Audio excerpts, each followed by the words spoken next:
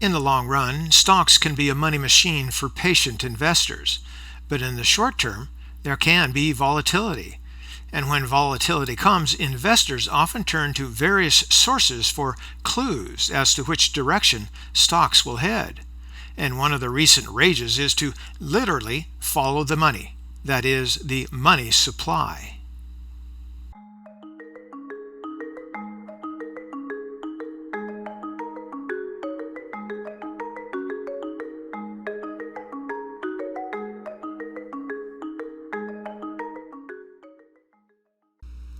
The most widely followed money supply data points are M1 and M2.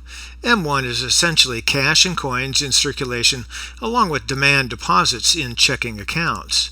M2 encompasses everything in M1 and adds money market accounts, savings accounts, and certificates of deposit below $100,000. And M2 has been steadily increasing for more than 150 years. However, we've seen M2 make two historic moves over the past couple of years that should leave investors cautious.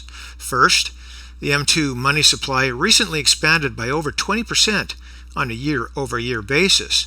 This represented the biggest year-over-year jump in history when we had multiple rounds of stimulus payouts gushing cash into the U.S. economy and the stock market.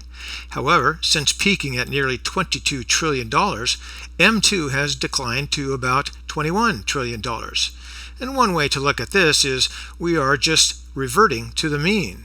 However, as you can see in this chart, the other way to look at this is we are experiencing the most meaningful contraction since the Great Depression. And you can also see the other similar contractions in the chart, and they were no more fun than the Great Depression. No, it's not time to panic, and there are significant differences between then and now. All I want to say is protect yourself, be patient, and be prepared for a potential rough ride.